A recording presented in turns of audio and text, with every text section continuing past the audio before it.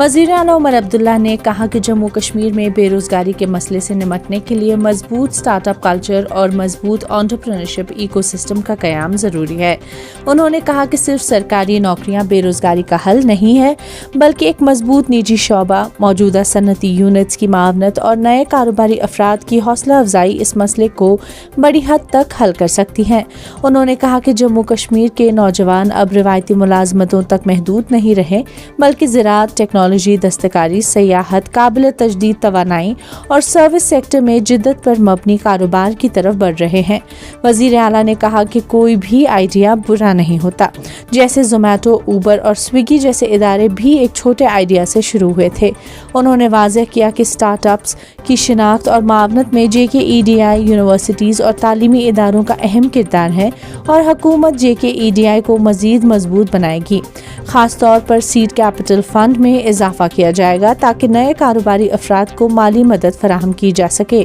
وزیر اعلیٰ نے JKEDI سے کہا کہ وہ کامیاب کاروباری افراد کی کہانیاں دستاویزی شکل میں پیش کریں اور تمام اضلاع میں سٹارٹ اپ میلے منعقد کریں تاکہ نوجوان نسل کو رول ماڈلز مل سکیں۔ انہوں نے مزید کہا کہ حکومت پالیسی اصلاحات، مالی سہولت، رہنمائی، انکیوبیشن سہولیات اور مارکیٹ لنکیجز کے ذریعے نوجوانوں کو مکمل تعاون فراہم کرے گی۔ انہوں نے کہا کہ جموں کشمیر ایک مضبوط سٹارٹ اپ منزل بننے کے لیے تیار ہے اور حکومت کی ذمہ داری ہے کہ نوجوانوں کو صحیح وقت پر صحیح مدد فراہم کی جائے تاکہ ان کے خیالات پائیدار کاروبار میں تبدیل ہو سکے۔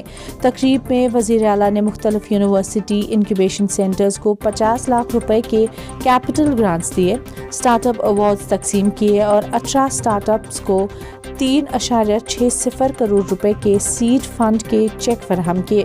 انہوں نے سٹارٹ اپ نمائش کا دورہ کیا اور نوجوان کاروباری افراد کی حوصلہ افزائی کی۔ وزیر اعلیٰ عمر عبداللہ نے ضلع سانبا کا دورہ کیا، جہاں انہوں نے ہرمندر میں 10 MVA ریسیونگ اسٹیشن کا سنگ بنیاد رکھا اور تھندی کھوئی وجے پور میں جدید بس اسٹینڈ کا افتتاح کیا۔ انہوں نے کہا کہ ریسیونگ اسٹیشن کا مقصد سانبا میں بجلی کی فراہمی بہتر بنانا اور وولٹیج کے مسائل کم کرنا ہے تاکہ گھریلو صارفین، کسانوں، کاروباری اداروں اور صنعتوں کو بلا تعطل بجلی فراہم ہو سکے۔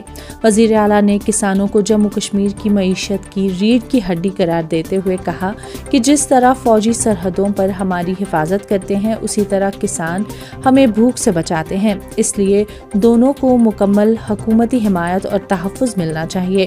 انہوں نے یقین دلایا کہ حکومت بنیادی سہولیات کو ہر علاقے تک پہنچانے کے لیے پرعزم ہے اور ہرمندر تک سڑک رابطہ بہتر بنانے کے لیے فوری ہدایات جاری کی۔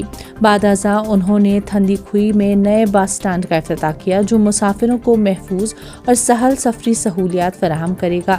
وزیر اعلیٰ نے کہا کہ بجلی اور ٹرانسپورٹ سیکٹر میں سرمایہ کاری زندگی کے معیار کو بہتر بنانے، تجارت کو فروغ دینے اور روزگار کے مواقع پیدا کرنے کے لیے ضروری ہے۔